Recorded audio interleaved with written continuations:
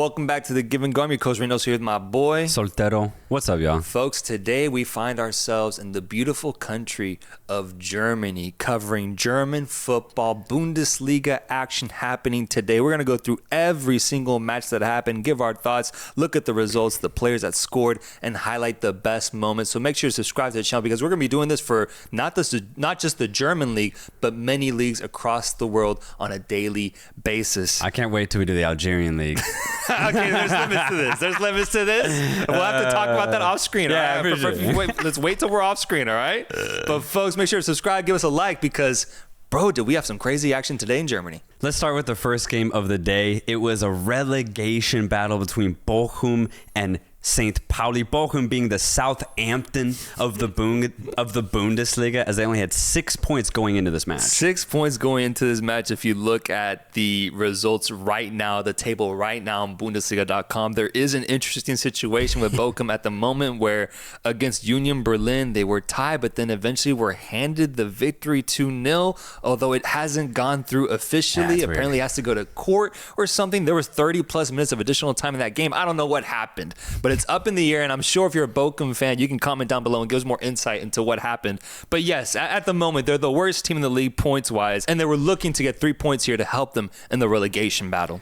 A couple of notable names that I actually want to point out that were on the pitch today. We had Bernardo. I'm not sure if anyone's familiar with him, but he was a Salzburg product. There was also Felix Passlack, a fullback from Dortmund, who's on this side. And on the bench, 35-year-old Christian Gamboa, the Costa Rican wingback, who was the starting wingback during that 2014 World Cup. Wow. So he's still playing football, not really playing, but he is, still tied to a professional I bet he's team. Serviceable in training, bro. I bet he's like basically a player coach at this point. Yeah. He's a wise man. He's seen a lot of good football in his past. And then for St. Pauli, the only one that really stood out, Jackson Irvine, the Aussie, who has been playing in Germany practically his entire career. I was really interested to see what we get out of this game. Southampton can't get anything in the Premier League, but similar to Southampton, the fans of Bochum show up, bro. Oh my God. If Mexico could treat their bottom feeder teams the way that these fans treat their bottom teams, my God. This is real love, bro. man. This is real passion. Passion. You couldn't tell the difference between them being 20th or first place. Like, it would have been the same type of atmosphere. Shout out to them for that. Dude, yes, amen. What an atmosphere we got with Bochum at home. And what we ended up getting was actually Bochum dictating the pace of this match. They really took it to St. Pauli, but St. Pauli themselves showcasing that, they're right on par with Bochum, maybe even a little bit better as they had their chances too. I'd say over the course of the entire match, Bochum created just a little bit more.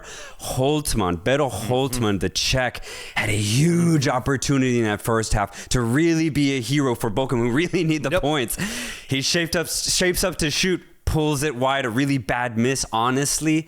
But in the second half, Broszinski, I'm going to have fun with this name, comes on the pitch and 2 minutes later sets up Hoffmann with a brilliant flick goal. Bochum go up 1-0 and they see it out. Massive 3 points here as St. Pauli ends up disappointing, man.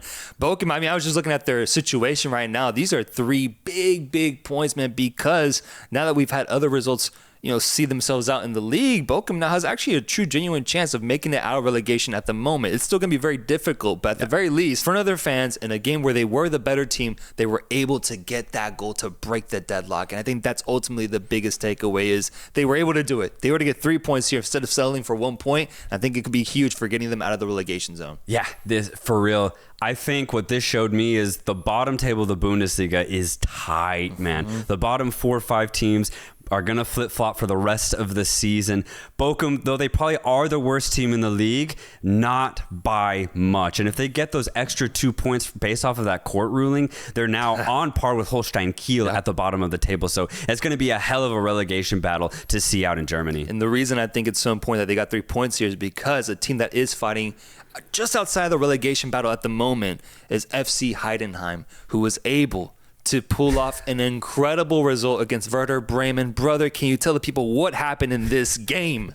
This was end-to-end, man. Werder Bremen went up 3 times at home. And by the way, let's remember, Bremen are trying to get a European position right now. Had they won this game, they would have entered themselves into 5th place in the Bundesliga. So Bremen have a lot going for them this season. And when you watch them play in this match, you can see why. They're very direct, very offensively thinking. But Heidenheim, man, on the road would not go away. They wouldn't die. They came back not once, not twice, but 3 times, and they scored a buzzer beater to get that third comeback goal. Literally, man, the last minute direct free kick.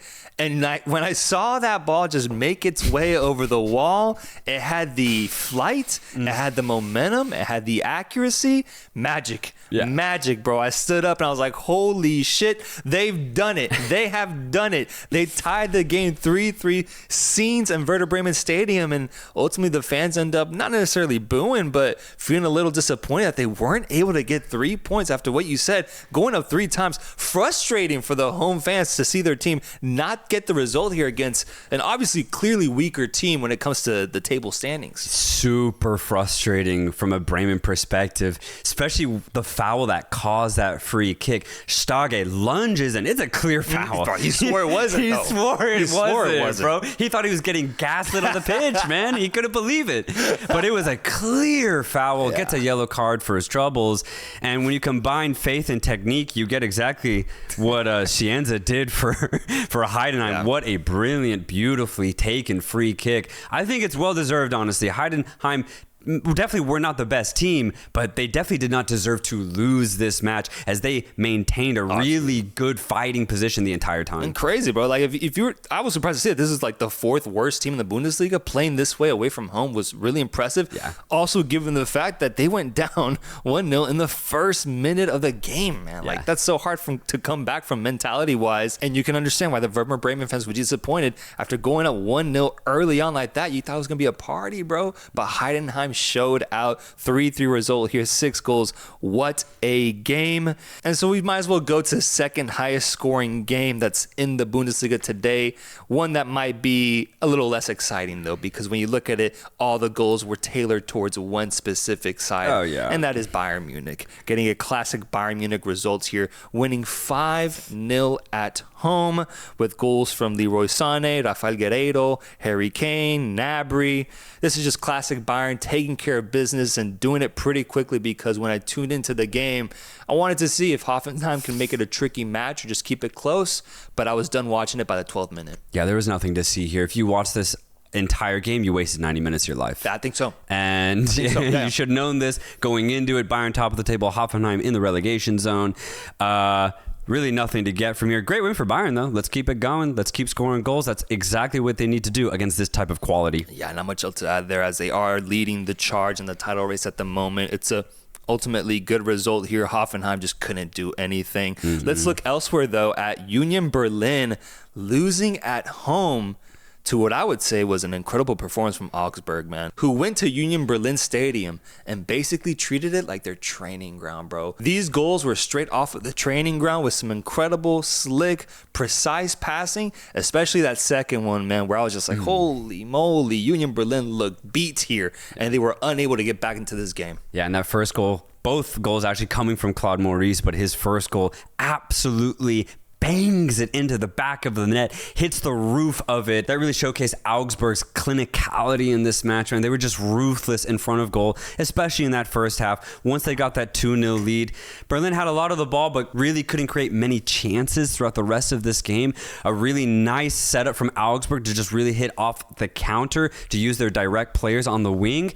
For Berlin, I think this is just pretty disappointing, but I mean, they've had a mid-season. They're literally in the mid-table. Augsburg, also a mid-table team. They're right there. So I was expecting this game to be pretty tight, but I was disappointed that Union Berlin couldn't really do anything, especially at home. Yeah, and I think I've been disappointed in Union Berlin, I guess, for the past 2 years now after the riots that they had. And ultimately flamed out a little bit, and they've been unable to get back to those heights that they reached where they were, Champions League contenders, or at least they qualify for the Champions League position. Yeah. What I liked about this game, though, is that, Augsburg was the clearly better team here, doing it away from home as well. And it's representing the standings now, because going in, they were 13th, Union Berlin 12th. Yeah. With this win, they jump right over them. No other team. Just them specifically. It's a personal movement in the standings, and I like that because Augsburg, I do think, deserves to be higher than Union Berlin at this moment. Yeah, and just for fun, I completely forgot that Jordan Pefok is still going with Union Berlin. Have not heard his name for like 2 years, basically, at least a year and a half. So yeah, he's still there, but not doing much. Yeah. So we move on to the last game of the day, where we had Stuttgart hosting RB Leipzig, who was able to go up 1-0 in this game due to a Benjamin Šeško goal, but then saw that lead flame out in the second half as Stuttgart woke up with Larsen scoring the first one and Voltemade scoring the second one to give Stuttgart the lead here. A game where they could have had even more goals if Undav could finish, my friend. Yeah, and the thing is, Undav ended up being very influential in both goals. He got the direct assist on the first one, a brilliant ball into the box. Brun Larsen heads it home. And the second goal, Undav, with really nice, delicate touches in the box, sets up a loose ball, and then it ends up getting crashed inside for Stuttgart to take the lead 2-1. But I agree. You watch this entire match, Leipzig had chances every now and then, but it was mainly just off of counterattack. Stuttgart bossed this match, man. And I agree. They should have had 3, maybe even 4 goals. They had much more energy. They wanted it more. I thought that they were very suffocating when Leipzig tried to get on the ball. And I think overall, they were just much more offensive, much more aggressive when they did get the ball. So I thought Stuttgart completely deserved this. And when you look at Leipzig, this makes sense. They throw away a 1-0 lead, and they really didn't do much to get back into it, bro. And if anything, to end this game, they ended it with 2 red cards, bro. And I think that's where Leipzig are at right now. They're not playing good football. They can't get a draw. They can't get a win. Even with the talent that they have, even with Xavi Simons coming back from injury, this is how they end a game, losing a lead and having 2 red cards. Yeah, I was looking at them today, and I think, I really think this is true. I don't think they like each other. I don't think the players like each other. It looks to me like a team that's being forced to play football. And I think it's represented when you watch this game. They get 2 red cards as well as the staff getting yellow cards in this game. The fact that Marco Rose is still here, I think, is very, very questionable for management, because apparently Jurgen Klopp is part of the RB Leipzig decision-making class. So I wonder why they would still allow him to be coaching. But regardless of that, I look at the combination of players that they have here. I don't see a clear leader, first and foremost, like how I've seen in the past with RB Leipzig. But then just the body language, the motivation, I don't see any of it, man. I see Šeško trying to get his goals up so he can just get a move elsewhere. I see players being independent. Simon's getting on the ball, trying to dribble around. Openda as well hasn't been as great as he was last year. I'm seeing a lot of players just be selfish, but also not showcase that team unity that I've seen Leipzig have in the past. And it's showing in the results so far, because I think Stuttgart was by far the better team today, the way that they attacked. And also, I wanted to highlight Voltemade. It was my first time seeing him specifically. It gives me the sense that I think he's the Guirassy replacement. Was him specifically. They got him in the off season, and in 14 games so far in the Bundesliga, as well as in cup tournaments, I believe, he scored 7 goals and 2 assists. So not bad at all. And today he had a goofy goal where he caught a deflection and was just very active in the box, but looks pretty good so far in his tenure with Stuttgart up front alongside Undav. Yeah, and just back to that Leipzig take, it is really sad because they used to be a team that was brilliant in possession, would try to knock the ball around, and then also use the pace of players like Timo Werner, for example, back then. But now, Marco Rose has this team playing purely counterattacking football, and I agree. I think the players hate it. I don't think they want to play this style of football. So this is the product you get. Players who just aren't committed to the style and tactics that the coach is trying to implement. And so I just think there's a huge disconnect between what the players want to do and what the coach wants to do. Crazy, because they're still qualifying automatically for Champions League based off of this where they're on the table, which is just crazy at the moment. But what's the most impactful takeaway from today? Is it Bochum getting 3 points in a relegation battle? Is it Heidenheim getting a point out of a game where they were down 3 times? Is it Bayern Munich continuing their title contention? Most impactful takeaway from today's matches? Dang, I think it's a tie between Bochum getting the win and Heidenheim tying, dude. But we also learned a lot from Bremen. Bremen are a seriously good offensive team, and I think they're going to make a serious push to try and beat the Stuttgart of last year and try and get maybe a fifth place position. They're right there. I think they can do it. Their defense might say otherwise, but one thing that I continually get from watching the Bundesliga, great league. Great league. Better than La Liga, in my opinion. Fans are better. Fans are better, but also when you look at the posture of every single team, you even noted it. Bochum, Heidenheim, even St. Pauli, all bottom of the table, but they attack. They go at you. So it forces you, even if you are a top team like Werder Bremen, to defend. And sometimes you really fail in that aspect. And I think that's why right now the Bundesliga is just a lot more entertaining for the average fan to watch. Man, this conversation of Werder Bremen, can they make it? My only worry is who gets out? I mean, Mainz is in 6th. Stuttgart is in 5th. Would it be Leipzig that ends up dropping off? Despite how bad they've been playing, I don't see them keep dropping that much. There's still Wolfsburg and Freiburg in front of Werder Bremen. Is it possible for Werder Bremen to actually get that European contention? They are 2 points behind, but I'm more curious who gets out.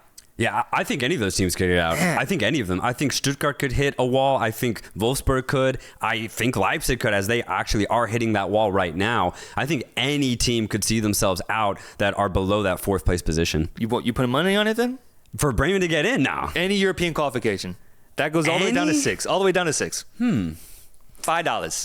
€5. Let's make it German. I need to do more Bundesliga research before I make that pick. Okay, before we make a decisive $5 bet. Yeah. All right. Fair enough. Next Bundesliga recap, we'll get that answer. There we go. We will, folks. Make sure to subscribe to the channel. Let us know down below your biggest takeaway from today's Bundesliga action, and also teams not involved today. Let us know your thoughts on them. We're curious to just indulge ourselves with all Bundesliga info that you guys have. Till next time, folks. Peace.